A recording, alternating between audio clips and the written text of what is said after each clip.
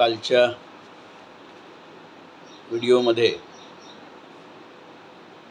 मी EPS 95 BR 624 आणि verified pension स्कीमच्या संदर्भात भाष्य केले होते। त्यावर काही तिखट प्रतिक्रिया आली।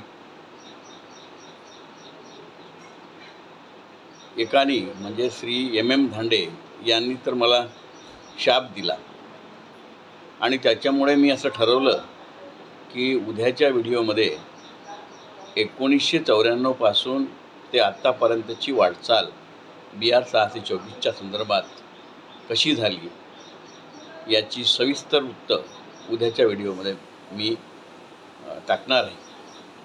आणि MM धांडेंना मी सांगू इच्छितो की तुम्ही कितीही शाप दिलात तरी त्याचा फरक माझ्यावर पडणार नाही, कारण मी ईश्वराला मानतो आणि ईश्वराच्या हातात जे काय असेल तो ते करेल। माझं आयुष्य जेवढं आहे तेवढं मला मिळेल आणि तुम्ही कितीही शाप दिलात तरी माझं कार्य हे सुरूच राहील। तेव्हा कृपया शाप देण्याच्या भानगडीत पडू नका आणि सकारात्मक विचार करा, म्हणजे तुम्हाला योग्य दिशा मिळेल। आजच्या व्हिडिओमध्ये आपण महाराष्ट्र राज्य मार्ग परिवहन यांच्या संदर्भात भाष्य करणार आहोत। महाराष्ट्र राज्य मार्ग परिवहन महामंडळ हे एक्झम्प्टेड एस्टॅब्लिशमेंटमध्ये मोडत नाही, किंवा मी एक्झम्प्टेड एस्टॅब्लिशमेंटची लिस्ट बघितली असता त्यामध्ये त्यांचे नाव नाही, कारण वाढीव पेन्शनची हायकोर्टामध्ये रीट याचिका दाखल करताना MSRTच्या संदर्भामध्ये आपल्याला रीट याचिका दाखल करता येईल का याचा जेव्हा विचार केला त्यावेळेला असं लक्षात आलं की MSRTC ही एक्झम्प्टेड एस्टॅब्लिशमेंटच्या लिस्टमध्ये नाही, आणि त्यामुळे मग त्याचा अभ्यास केला असता आणि जे जुने जाणते आहेत श्री पांडुरंग पाटील, विलास पाटील यांच्या फीडबॅकवरून असे लक्षात आले की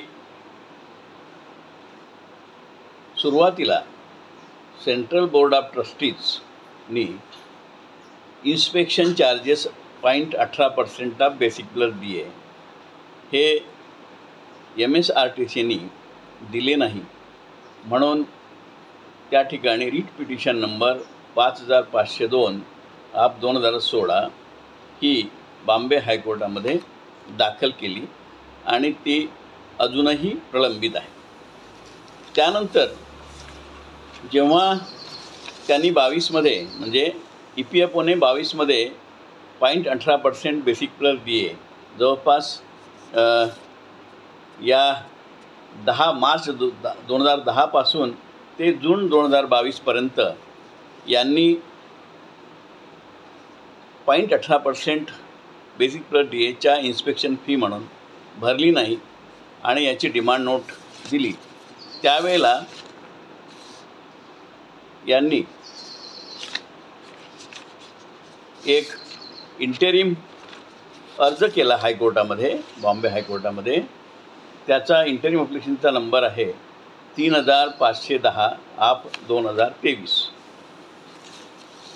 आणि त्याच्यामध्ये त्यांनी असं सांगितलं की अगोदरच अपिलेट ट्रिब्युनल जे EPFOचं आहे त्या ट्रिब्युनलनी असा निर्णय दिला आहे की employees provident fund and miscellaneous provision act 1952 ही MSRTCला ॲप्लिकेबल नाही, आणि त्याच्यामुळे जी इन्स्पेक्शन चार्जेस या MSRTCनी जे मागितले आहेत ते आम्हाला बंधनकारक नाही.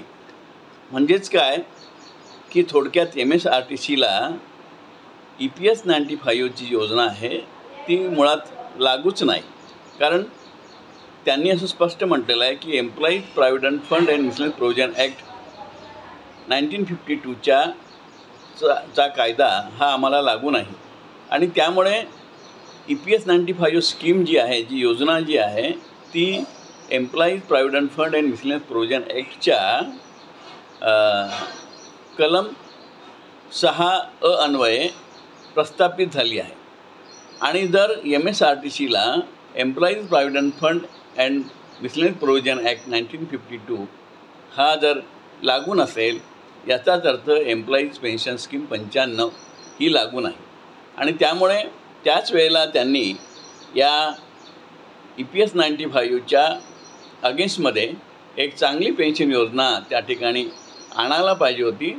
आणि EPS 95कडे आता जे पैसे जमा आहेत ते मागायला पाहिजे होते, परंतु तसे झाले नाही.